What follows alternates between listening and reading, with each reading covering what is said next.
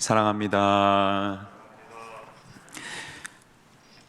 하나님과 온전한 관계를 맺고 있는 사람, 바꿔 말하면 하나님과 친밀하게 교제하고 있는 사람이 만약 하나님 앞에 선다면 그가 하나님께 할 수 있는 유일한 고백은 과연 무엇일까요?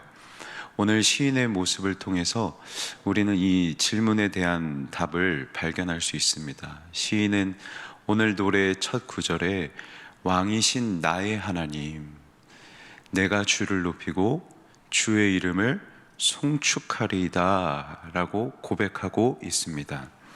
시인이 고백하는 하나님은 나의 하나님이세요. 성경에서 나의 하나님이라고 고백한 곳들을 찾아보면 모세, 야곱, 솔로몬, 룻과 같은 인물들이 하나님을 나의 하나님이라고 고백하는 것을 찾아볼 수 있습니다. 하나님께서 나를 돌보시고 어려움 가운데 나를 구원하실 때 그때 나의 하나님이라고 고백하면서 동시에 그 하나님을 향하여 순종할 것을, 내가 하나님을 따르겠습니다 라고 결단할 때 그 하나님을 나의 하나님이라고 고백합니다.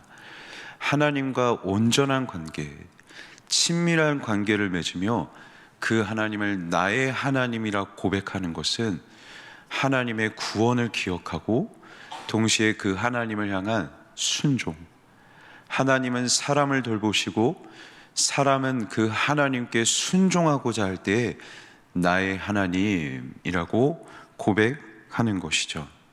그런데 나의 하나님이라고 고백하면서 그 하나님을 한 단어로 정의하고 있는데 하나님이 나의 왕이십니다. 왕이시기 때문에 그 하나님을 높일 수밖에 없어요. 송축할 수밖에 없습니다. 송축한다는 것은 하나님 앞에 무릎 꿇는 것이에요.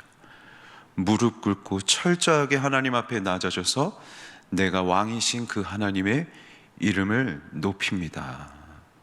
돌이켜보니 하나님의 손길이 미치지 않은 것이 없거든요.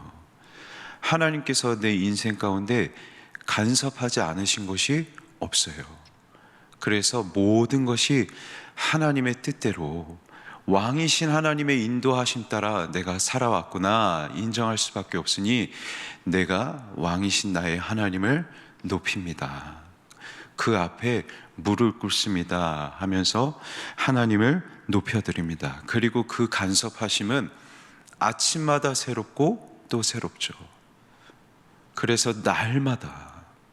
날마다 주의 이름을 송축하겠습니다 라고 고백합니다. 이어지는 3절에서도 이렇게 고백합니다. 하나님의 위대하심은 측량할 수가 없어요. 나를 살피시고 돌보신 그 능력, 하나님은 위대하셔서 측량할 수 없을 만큼 위대하시기에 내가 크게 찬양하리이다.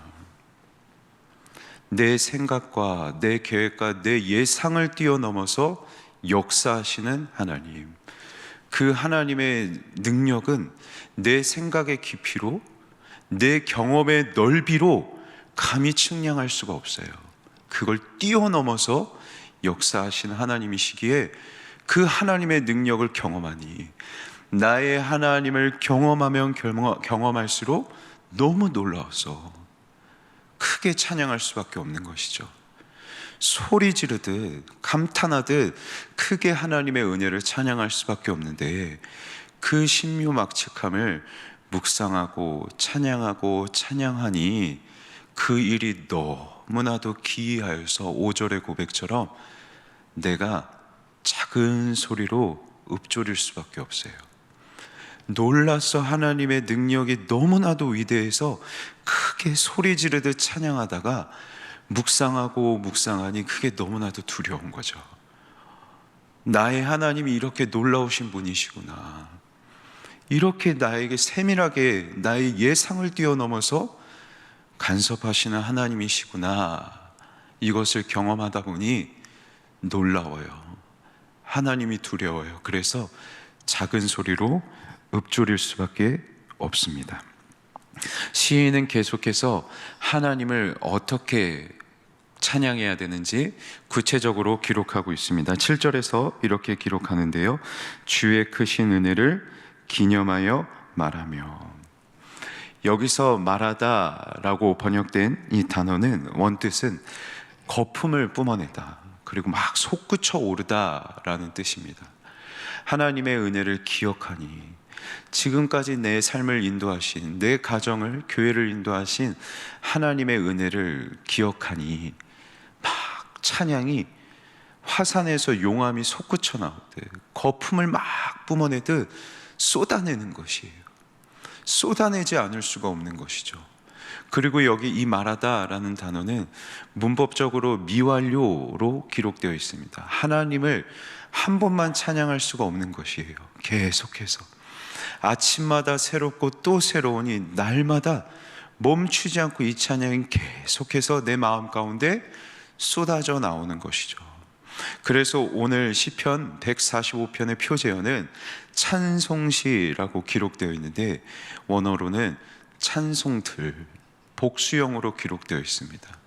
하나님의 은혜를 묵상할수록 내가 한 가지의 고백만으로 하나님을 찬양할 수가 없어요. 그래서 복수, 여러 번, 여러 가지의 찬양으로 하나님을 높여드릴 수밖에 없을 만큼 하나님께서 내게 베푸신 은혜는 참으로 많구나. 내 삶의 순간순간 나를 인도하시고 나와 함께 하셨구나. 그래서 이어지는 고백 가운데 시인은 크게 두 가지로 하나님께서 나를 어떻게 인도하셨는지 그 은혜를 기록하고 있습니다.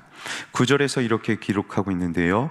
여호와께서는 모든 것을 선대하시며 그 지으신 모든 것에 긍휼을 베푸시는도다. 정말로 하나님께서는 모든 것에 선대하세요. 가장 좋은 것을 우리에게 베푸십니다. 하나님께서 보시기에 가장 좋은 것을 베푸세요.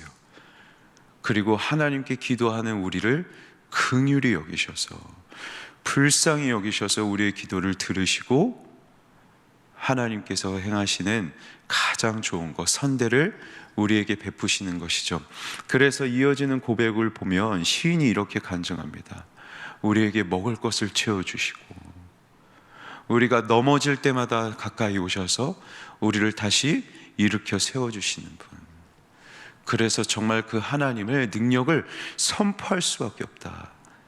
내 입으로 하나님의 능력을 간증할 것이다 라고 고백하고 있습니다. 이뿐만이 아니라 18절에서도 이렇게 기록하고 있습니다. 여호와께서는 자기에게 간구하는 모든 자, 곧 진실하게 간구하는 모든 자에게 가까이 하시는도다. 하나님 앞에 기도할 때, 하나님 앞에 간구할 때 하나님께서 나에게 가까이 오시는구나. 그런데 여기서 간구하다라는 단어는 그냥 원어 그대로 직역하면 부르다라는 단어로 해석합니다. 내가 무엇을 간구해야 될지 몰라. 삶이 너무나도 어렵고 때로는 믿음이 무너져서 내가 낙심 가운데 있어서 하나님 앞에 어떻게 구체적으로 기도해야 될지 몰라.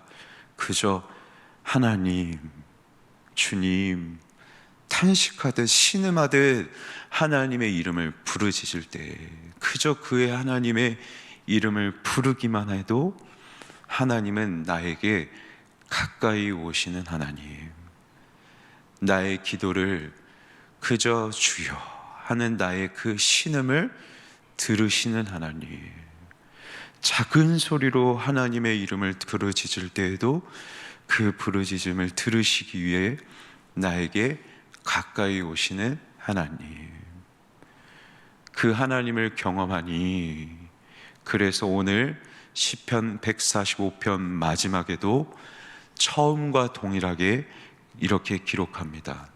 내가 하나님의 영예를 높입니다. 내가 하나님의 영예를 찬양합니다. 그리고 거룩하신 그 하나님을 송축합니다. 오늘 본문의 처음에도 내가 하나님을 높이고 하나님을 송축하고, 그리고 노래가 끝나는 그 마지막에도 내가 하나님의 영예, 하나님을 높이고 하나님을 송축하겠습니다. 본문 전체가 말하는 건 한 가지입니다.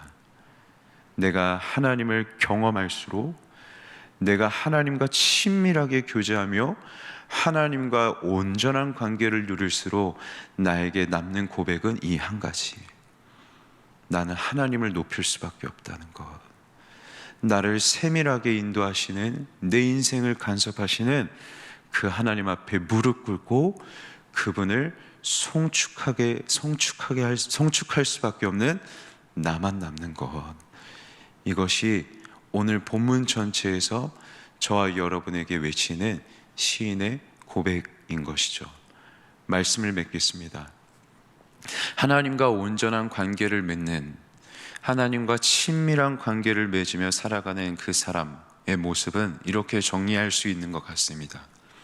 하나님을 높일 수밖에 없어요.